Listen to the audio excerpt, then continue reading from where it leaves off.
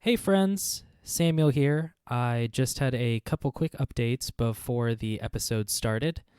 I am not going to take too much of your time today. I just wanted to let you know about two things. First, I tried my best with this episode. We had some audio problems, so bear with me. I think it sounds pretty good with what we've got, but we're a work in process, as we like to say around here. So thanks for sticking with us, and I'm working on it, and I'm learning as I go, so it's kind of a great 1-2 punch. The last thing I wanted to let you know about is our Patreon, which just launched. You can go to patreon.com/communityrootspod, and if you have flexibility during this time, please donate so we can cover some of our costs, improve our equipment so we can kind of flesh out some of these kinks and stuff like that, and just generally advance what we're trying to do, which is spread good mental health practices all over. So thanks again for listening, and I will talk to you soon.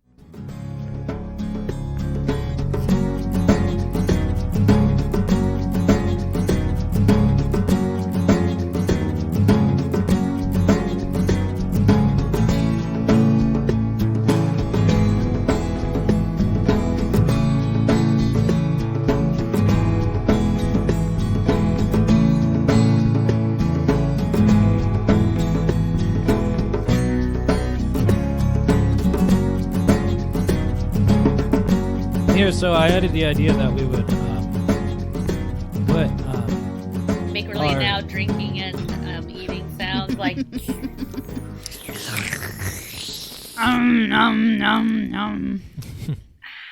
No, I was thinking we'd put the Heck video yeah. recordings for our Patreon subscribers. Say, hey, oh, you can there watch you us. go.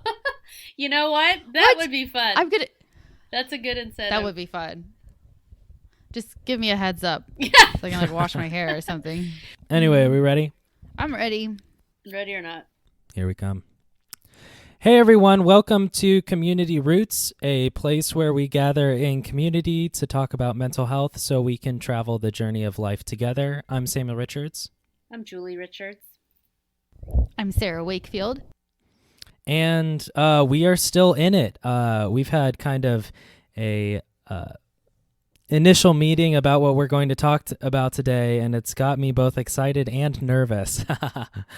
We're going to talk about kind of this other stress that's kind of unseen that we're all kind of collectively going through with coronavirus. And I think it's like one of those things where it's nice to be able to put a face to something and a name to something, but it's also kind of scary. Like, before we researched this show, I didn't know that this type of stress would even exist, you know? And it makes so much sense that it does. We are into a new level of trying to cope and constantly vigilant that we've been talking about, that our brain and our nervous system are constantly on guard trying to protect us and go into overdrive to keep us safe, scanning the environment for safety. And normally we get that from our social engagement with the people that we are with, and our healthy attachment relationships, our safe people, our secure home base, as we say in attachment language, that there are people that are with us and for us. And right now, we are largely behind a screen, or further distanced from, or living in such close quarters with those that we're quarantined with, that we get maybe more irritable or needing space from. So we're not getting cues of safety and support. We're getting cues of exhaustion and not really able to give anymore. Yeah, I definitely think this week I've been exhausted this whole week, and I can't quite understand it because I'm not doing as much. I'm not out there as much. I'm staying at home for most of the day, and I don't understand, like, why am I so fatigued from this? Why am I so exhausted, and why does that exhaustion continue even though I'm getting more sleep or think I'm getting more sleep? Yeah, where your productivity level is declining, or you're resting more, or not running around running errands or being with people. So what makes it so tiring? I've also found in my experiences I need more space right now. I just feel like sometimes when I could normally just let things go, I'd rather just take a breather instead, just because I can feel that inner sort of stress. Well, we came upon this article that is written by Emily Barron Kadloff called Allostatic Load is the Psychological Reason for Our Pandemic Brain Fog. And she talks about that the damage that's happening on our bodies because we are repeatedly exposed to stress. It's a constant sense of unknown and anxiety and panic and fear and all these different emotions, the strain from the pandemic. She said that we're exhausted not because our body's working hard, but because our brain is. Well, and I also find myself wondering if I'm not compounding that stress by not eating well, by like my cortisol levels are going up, but I'm compensating by eating sugar or having a glass or two of wine, and that can't be good for my body too. The allostatic load might not just be the emotional and mental stress, but it can also be compounded by the physical stress of how we're trying to regulate ourselves and get through this period of time. I don't know. That's just a thought I had. Yeah, if we're choosing coping mechanisms that are potentially not helpful or healthy, like sugar or alcohol or something that is not really giving our brain and body the nutrients or rest or hydration. And not that we can have a completely clean diet all the time. I understand. I'm not personally rigid on that, but we do feel differently whenever we're eating better than when we're not. I think people can identify. I know I can have a sense that if I'm eating better, I'm feeling better. If I'm making wiser choices on what I'm taking in, that's going to impact my body and how I feel. I think I may have mentioned on here once about a quote that I saw by a chiropractor that said, your body doesn't have the ability to bring nutrients out of something that has no nutrients in them. And I thought that was really powerful because it's like you can't take Doritos, for instance, and find nutrients in that. They're not there. Your body doesn't have the ability to make something healthy out of something that has no nutrients in it. Whoa, that is extremely profound. It is. Convicting, too. It's like, oh. It is. I'm thinking about like Reese cups and... I'm thinking, oh, you know what? There's got to be something. It's peanut butter is in there, right? And chocolate. There's something in chocolate. But you're right. They're so overprocessed. My body cannot pull nutrients out of Reese cup, which is another way I'm trying to regulate myself. Speaking of regulating, yeah. Speaking of unhealthy regulation. This is all really interesting. I just kind of the visualization I've come up with in my head. I just like visual imagery. Is kind of like a vision of a scary movie or like a bear chasing somebody through a woods, like a very stressful, traumatic event that you're kind of perceiving. But if that kind of scary scene went on for over 40 days, and so it's still a scary scene. It's less like scary and heart-throbbing scary and more just like continual stress, Yeah, like that bear is still out there running to get you. Constantly. Right. And you see the bear now, and you know what color it is, and you kind of determine the pace that you're running away from the bear, and is it getting closer? Maybe it gets a little closer sometimes, maybe it gets further away, but it's still there. Samuel, you had mentioned earlier about that stress that happens or this type of stress is evident with text messaging or perceived arrival of text messaging. Yeah, just in general, your phones. Yeah.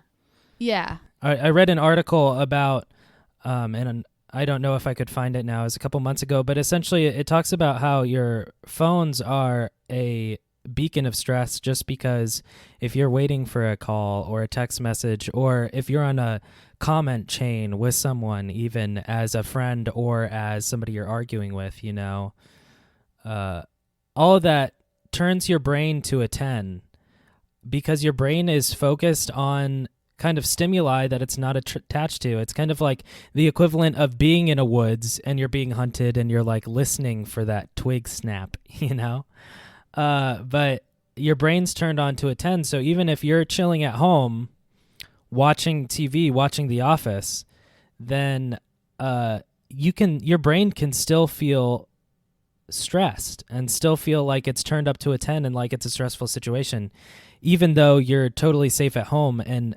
that's both a similar feeling to what I've been feeling, just kind of like the back of the mind stress that I think a lot of us have had experiences with, but also just kind of that phone stress now that I'm more attached to my phone, and I am trying to pull away from my phone a little bit, but still being in that moment, looking for new updates if it's a particularly slow day, like refreshing my feed, But that kind of like phone stress and that kind of just background stress I totally feel, and I feel like it's compounding, Absolutely. Well, it is.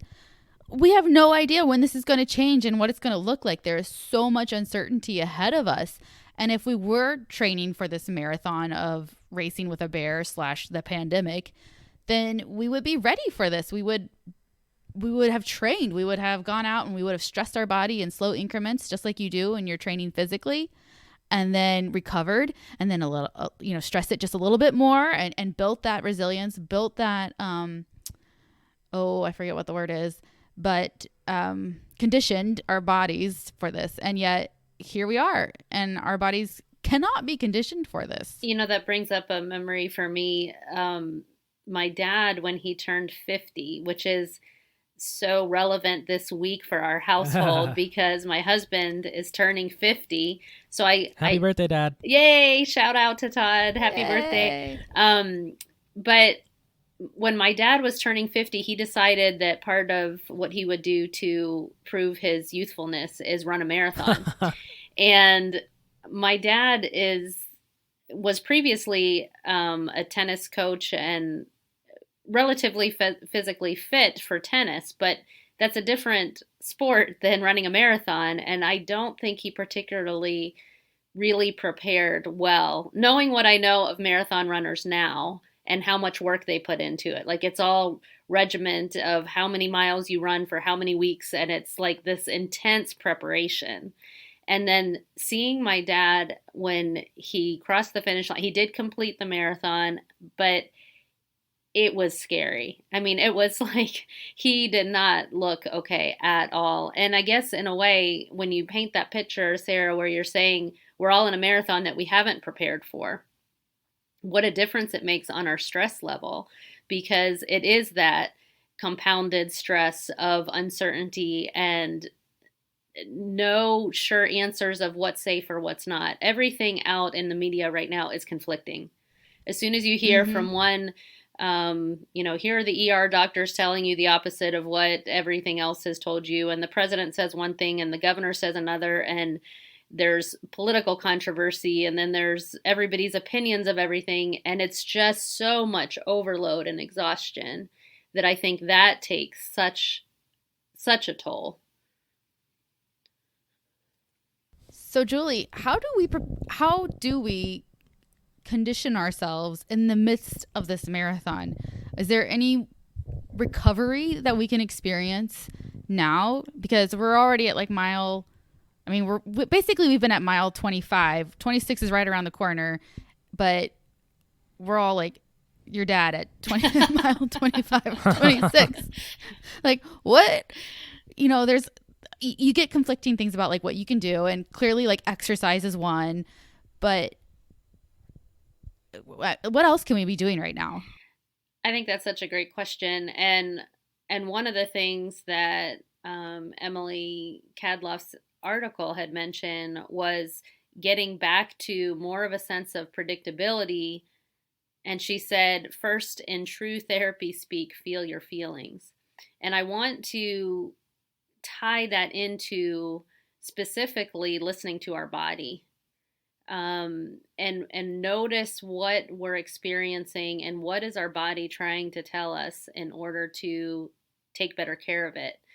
And I heard today in a reflection with an upcoming Off the Beaten Path that I won't completely expose the whole thing, that it's really awesome, but just this idea Teaser. there you go, it's a teaser. Being in relationship with our nervous system and seeing our nervous system like a friend, that so often we ignore it. We ignore our nervous system and our body, and we just keep pushing. And what would it look like to do the opposite of that, and to say, we are going to give a lot of attention to what our body is saying and needing, and what a difference that would make. I think if I could just add on a little bit to that, I just wanted to create like a distinction. I think that a marathon is a good analogy because it shows that we're in this for the long haul, you know? It isn't a sprint, it's a marathon. But what I think is different about what we are in as opposed to a marathon is that we have the ability to adjust every day and kind of change what we're doing. Like my granddad, whenever he ran that race, he was pretty much screwed from mile one because he didn't prepare for it before then, right? But I think that we have a different situation where you can start equipping yourself today, you know, right now. And so there is kind of that, yeah, we're in it for a long time, but I also think it's mixed too with I don't know if I've used this analogy in a while, but drawing your sword and getting ready to face your dragons, you know, just being able to realize that you have some agency and have some power, and you can change where you're headed. And I totally want to give space for both sides, you know, Sure. the sides of I'm exhausted and the side of I don't know what I want to do, you know, all sides, but just offer that perspective of it is different than a marathon in some ways because you have the ability to prepare for tomorrow right now. And I also think too, I was thinking with like feel your feelings and that mindfulness kind of that we're pulling into this, I think is really key too, because the only way I think that you can actually get better is by listening to yourself, because otherwise you don't know what those updates are.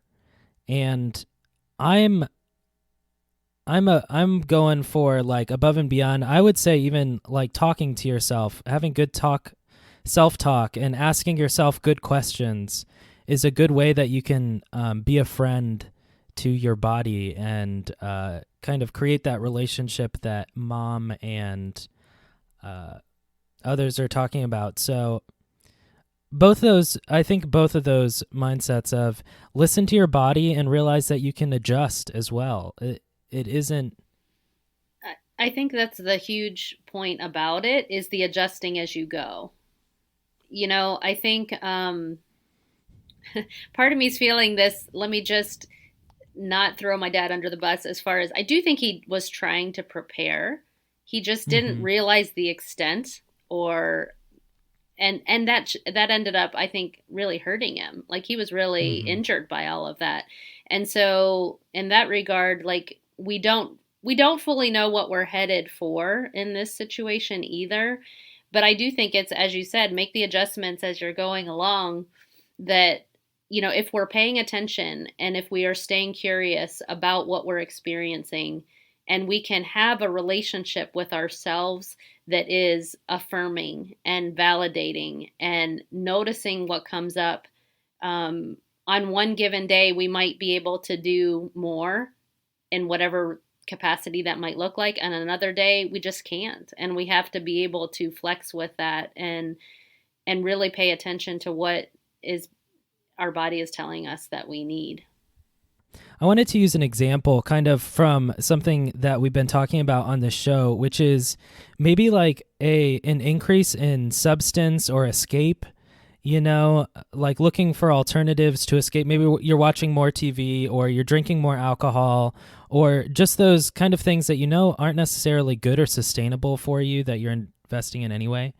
I think one of the ways that this differs from a real marathon is that you can look at those habits now and say, look, that's my body telling me that I need an escape and that something isn't right. I'm stressed out.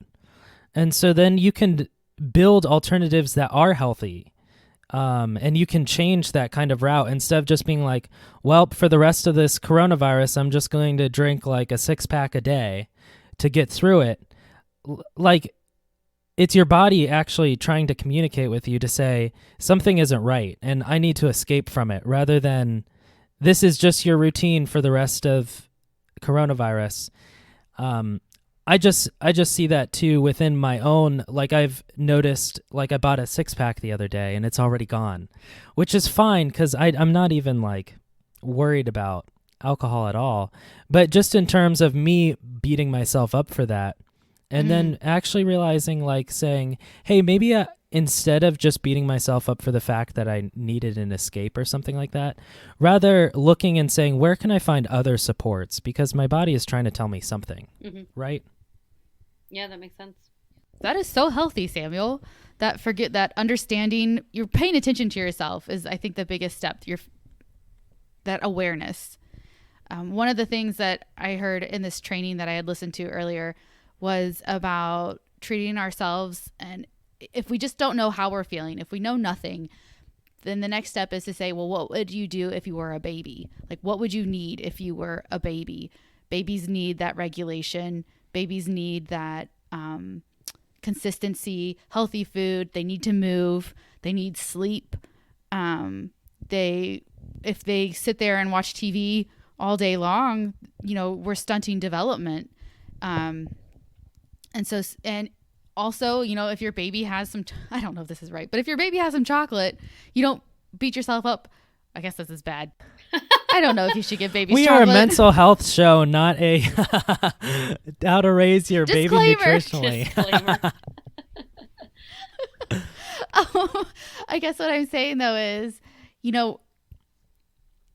a baby has a better idea of what it needs to get through the day. It knows it needs changed. It knows it needs movement. It knows it needs to be fed. We know it needs stimulation, and it needs a regular schedule. And so when I hear feel your feelings, or, understand, or that awareness of yourself, like what do you need? Like, don't be harsh on yourself. Don't be mean to yourself. I'm kind of left at a loss of, well, I don't know what I want. I'm so fatigued. I'm so exhausted. I've undergone this marathon, and I don't even know what I want. And hearing like, what would a baby want in that moment, kind of gave me something to go off of. I'm just thinking that, with the developmental stage of that baby, their brain is at a very primitive, just functioning level of exactly what you're describing. Like, what are my physical needs to eat, to sleep, to drink, to have some movement or something? There's no prefrontal cortex yet online or anything where they are able to do the mental work of something that we are pushing ourselves to do. It's not even there. They're just doing the basic functioning things. And that's bringing us kind of back to those basics. So the training that Sarah is referencing that I just wanted to acknowledge is coming from Lisa Dion from Synergetic Play Therapy Institute. And a couple episodes ago, when we were talking about things that we would remember from the pandemic and COVID-19 and what would be things that we remember, this is something that stands out to me that was very life-changing for me, was her training on regulating during COVID-19. And the takeaway that I had from that was just the idea of listening to our body and what our body needs. And there's the sense of just so much unknown and uncertainty, and the stress response of that really causes us to lose touch with ourselves and to kind of scan the environment for something that will feel more stable and more calming. But when we scan the environment, as we described earlier in our portion of this episode talking about stress, like what do we see? We see all kinds of discord and conflicting information and constant media input and political input and arguing family members or whatever's happening with, the quarantine. And so we see all that stress outside of ourselves, and we can't figure out, how do we get grounded again? How do we get to a place of peace or calm? And what Lisa talked about in that training was part of it is being able to acknowledge, even in the midst of that emotional flood, that our body is actually doing exactly what it is designed to do in a challenge. It is trying to keep us safe, and it is normal and expected that this is how we respond in stress. And so our bodies are wise, and we can listen to what it's telling us to do. Sometimes our amygdala, that what we've talked about in previous sessions on anxiety, gets really activated, and we are fearful and overwhelmed. And so we have to bring back some sense of safety. And really right now with the pandemic, it's how do we be safe enough? How can we do the things that will keep us as safe as we can be despite the circumstances? But it's getting back into that relationship with how we treat ourselves and our nervous system, and are we listening, and are we trying to stay connected to, my body's telling me right now to slow it down, or to drink the water, or to lay down instead of sitting up right now, or to be able to release the tears that would give us so much relief if we could just let ourselves cry. Like Samuel had mentioned earlier, the 6-pack he doesn't need to beat himself up for that, and he can make a choice in the next minute to drink water instead of, or before popping the top of the next can or bottle or whatever. We have the choice to make that movement instead of sitting, or to lay down and pay attention to our feelings. And it's not something that we have to wait to do. And if you don't do it, don't beat yourself up either. Like, there's no need to be beating ourselves up for anything at all. Absolutely, because it's like you said, it compounds.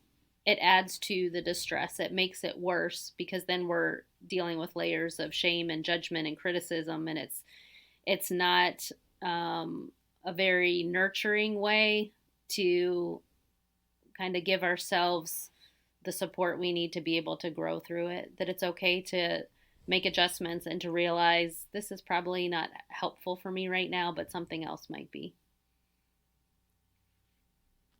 I did want to say, before we get a ton of emails about my drinking, that I swear, it's all good. And so I do think, though, that I both really believe strongly in the kind of treating yourself like a baby. I don't necessarily think of a baby, but I think of just a young child, maybe something valuable that needs protected.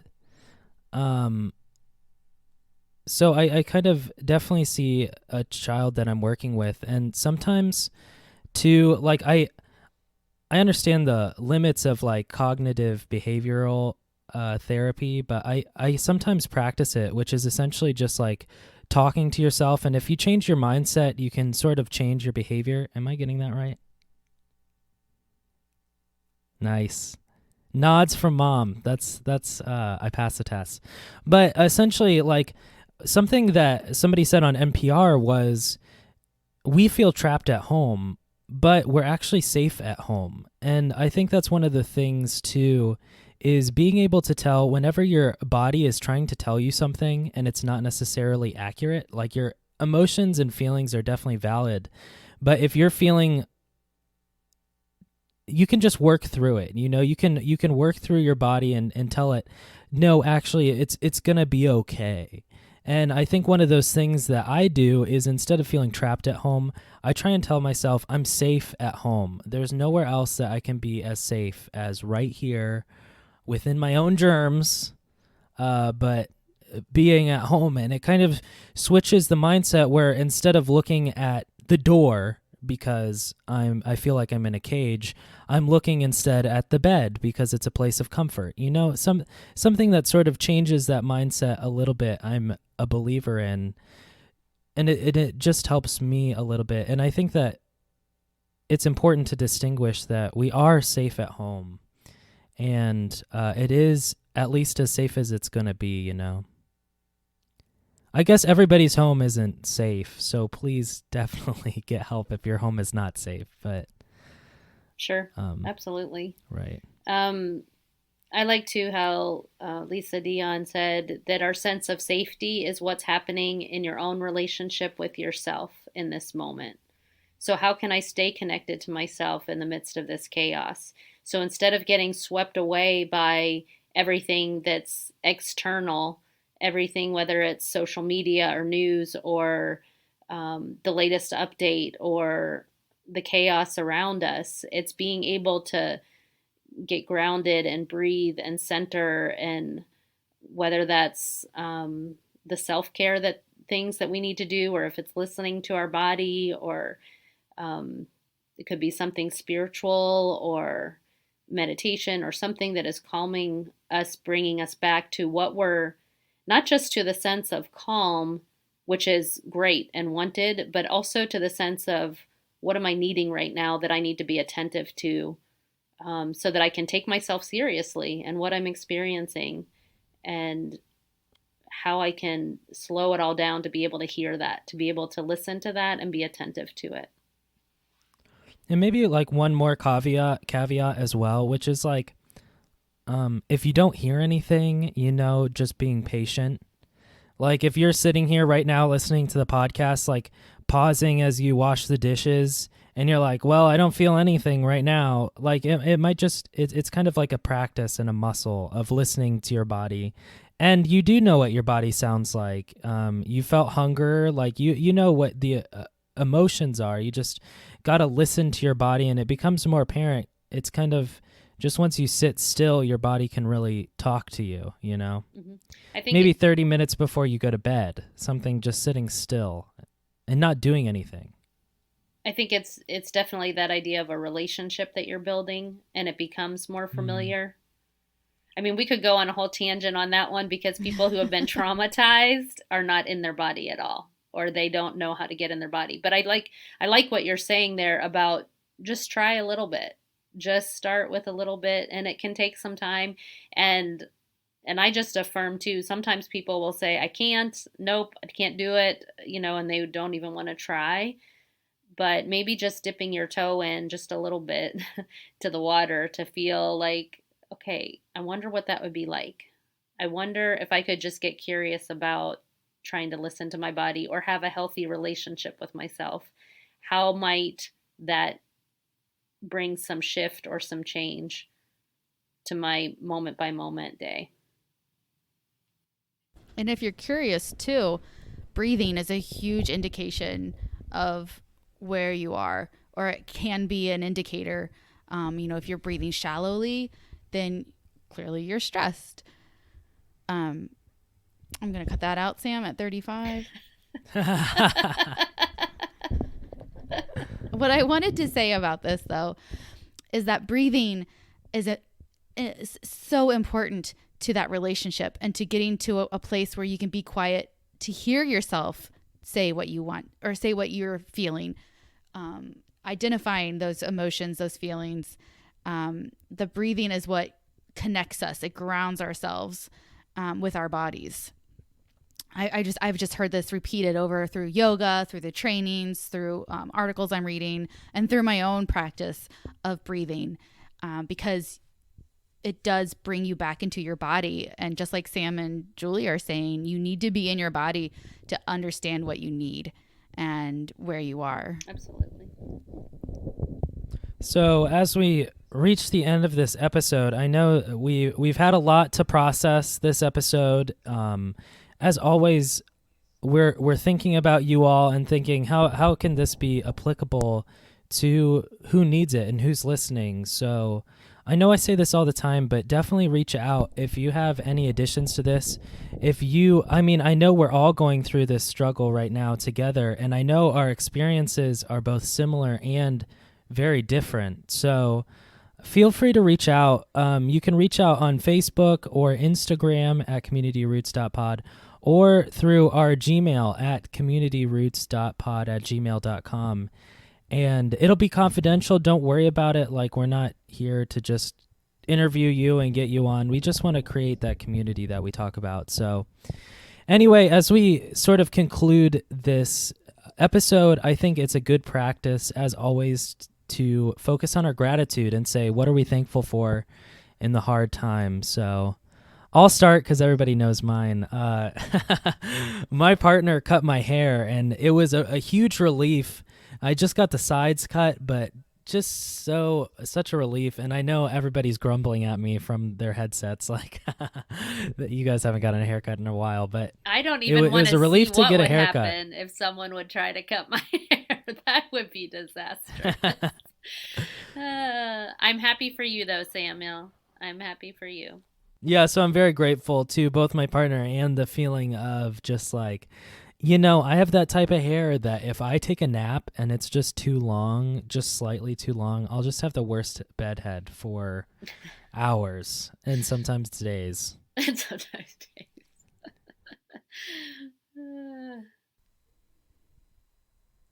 I can go next.